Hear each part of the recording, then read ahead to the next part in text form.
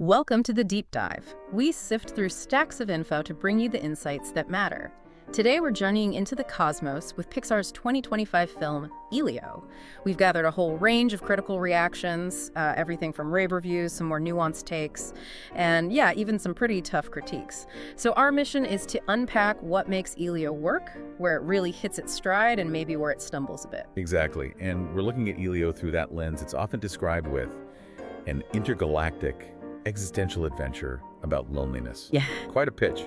We'll explore how critics responded to those big themes and what that might signal about where animation is heading today.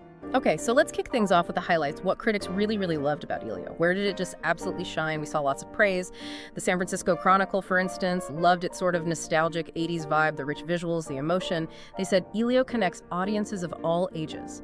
And comicbook.com, they went big, calling it Pixar's best standalone in almost a decade. High praise. Wow. Yeah, pointing to imagination, feeling, and that kind of classic Spielberg feel, like E.T. almost. Right, that sense of wonder. Exactly. And film echoed that, full of laughs, heart, and dazzling visuals. Call it the best original since Coco. Just a Coco. Okay, that's a high bar. It is. Tom's Guide also zeroed in on it being visually stunning and emotional, and they specifically shouted out the dynamic between Elio and Glordon, that pairing. And it's interesting, isn't it, how consistently reviewers latched onto the look of the film, the visual feast, but also those core emotional moments. Especially, like you said, that Elio-Glordon relationship.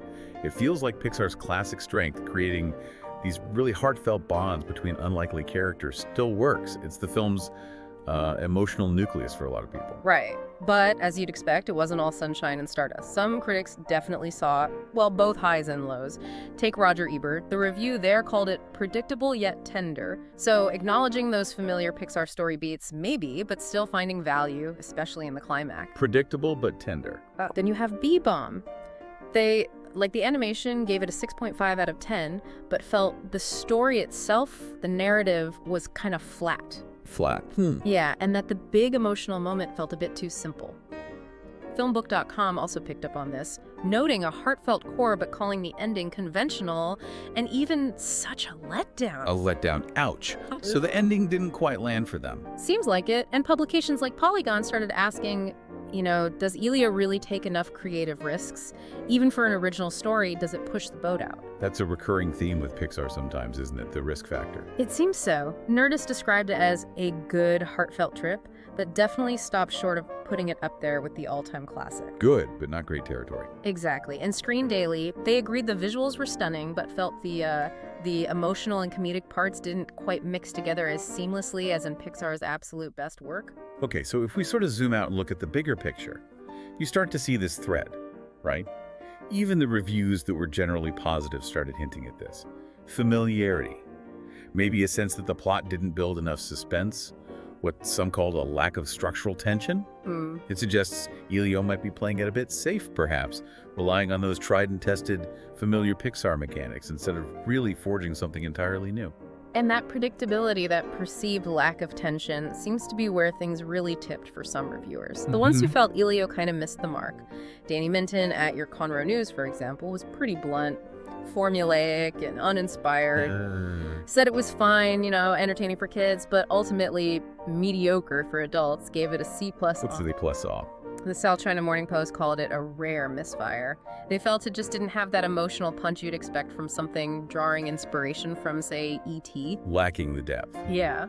Looper went with cute but uneven, saying the cool ideas were there, but they were let down by lazy plotting. Lazy plotting. That's a harsh critique for Pixar. It is. And Vulture felt it got stuck in its own head, too focused on metaphor maybe, and didn't really explore the sci-fi world enough.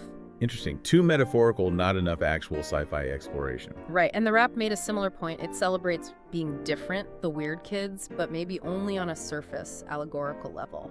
Lacking real depth there, too. That raises a really important point. When you hear descriptions like too metaphoric or lacking true depth about a film that clearly has ambitious ideas, it suggests, well, maybe a gap between what they aimed for and what they delivered. And these concerns about plotting, about formula, they really come into focus with these more critical takes. It sounds like maybe there was a hesitation to fully lean into what made the premise unique. So, okay, We've heard the raves, the mixed feelings, the outright criticisms. Let's try and connect the constellations here. What are the common threads across all these different views? Well, first off, animation and design. That seems almost universally praised. People love the imaginative, calm universe. Oh yeah, that cosmic meeting place looked incredible in the previews. Totally. Critics raved about the lighting, the character designs, especially Glordon. Pixar's visual artistry, I mean, it's still top-notch. They mentioned their new Luna tool even. Yes, for the lighting and atmospheric effects. Exactly. Pushing the boundaries on the technical side, for sure. Yeah, the visual artistry is definitely a huge plus, a consistent point of praise across the board. That's undeniable. But then you get to the themes and emotions. Grief, loneliness, friendship, big stuff. Big stuff. Yeah. And Elio tackles them. Critics sometimes found moments deeply moving, but other times, maybe a bit surface level. Like, it touched on them without diving deep. So hitting the right notes sometimes, but maybe not holding them long enough for everyone? Possibly. It speaks to that challenge, maybe, of making films for everyone, families, kids, adults, and trying to hit that emotional sweet spot for all of them. Sometimes it might feel a little accessible over profound. It does sound like that central relationship, the Elio and Glordon friendship, was the emotional anchor, though, like we see in so many Pixar films, right? That core pairing. Absolutely. That dynamic seems to be a real strength, very consistent praise there. But then the story and originality, that's where things got mixed again. Some loved the nostalgic vibe, found it charming. Others felt, well, we've seen these Pixar story beats before. Too familiar. The formula criticism again? Right, and target audience-wise, seems pretty clear. Great for families, great for kids, adults looking for something really complex or groundbreaking, maybe less so. We mentioned the climax earlier, heartwarming, yes, but unfolding without much structural tension, leading to what some called a somewhat anticlimactic payoff. So satisfying for younger viewers, maybe? The humor, the gentler themes land well there? Exactly, it's the mark for them. But for adults, it might be more of a nostalgic smile, a pleasant experience, but maybe not something that sticks with you in a profound way. Which I guess brings us to the big question. In the grand scheme of Pixar, where does Elio fit? What's its place in the hierarchy? Well, based on this range of reviews, the consensus seems to place Elio pretty firmly in the, let's call it the Pixar mid-tier. Mid-tier, okay. Yeah, seen as better than some recent ones maybe people felt were misses, like Lightyear or perhaps Elemental for some critics. Right. But definitely not reaching the heights of those benchmark films like WALL-E, Inside Out, or as mentioned earlier, Coco. And that mid-tier label, it's not just about a score. It kind of points to this interesting phase for Pixar, perhaps. Their technical skill is still absolutely incredible, unmatched, really. No question there. But is the narrative risk-taking keeping pace? Or are they leaning more on those reliable, comforting formulas? It's not necessarily bad, but it does make you ask, is comfortably mid-tier what we expect from Pixar now? That's a really sharp observation, puts it in context. So let's pull it all together. The final verdict, synthesizing all this, landed at a pretty solid 4.5 out of 5 stars from our main source. Strengths being stunning animation, no surprise there, that strong emotional heart with Elio and Glordon, and those accessible themes, belonging, grief, acceptance. Things families can connect with. Definitely.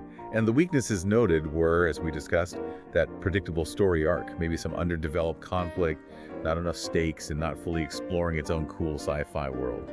So the bottom line, the recommendation seems pretty clear. It's worth seeing, especially on a big screen for those visuals and the warmth. It's a good family experience. But if you're going in hoping for the next revolutionary Pixar masterpiece, the kind that redefines animation or hits you with profound emotional depth, it might not quite reach that level. It's a worthy journey, just maybe not a groundbreaking one. What a fascinating deep dive into Elio. We've really covered the spectrum, haven't we? From the universal applause for the visuals and that key friendship, to those lingering questions about how much risk it took with the story and whether it offered enough depth for older viewers. It really shows Pixar's artistry is still there, even if our expectations for them keep evolving. It really does. And it leads to a question for you, listening right now. In today's world, with massive cinematic universes and animation constantly evolving, what do you really want from a quote-unquote family-friendly film? Are you looking for that shock of the new, true originality? Or profound emotional exploration? Or is it sometimes okay to just have the comfort of a familiar, beautifully made, heartwarming story? Something to think about. Keep those questions with you. Thanks so much for joining us for this deep dive today. We really hope you feel better informed about Elio and maybe thinking a little more about what makes any film truly connect with you.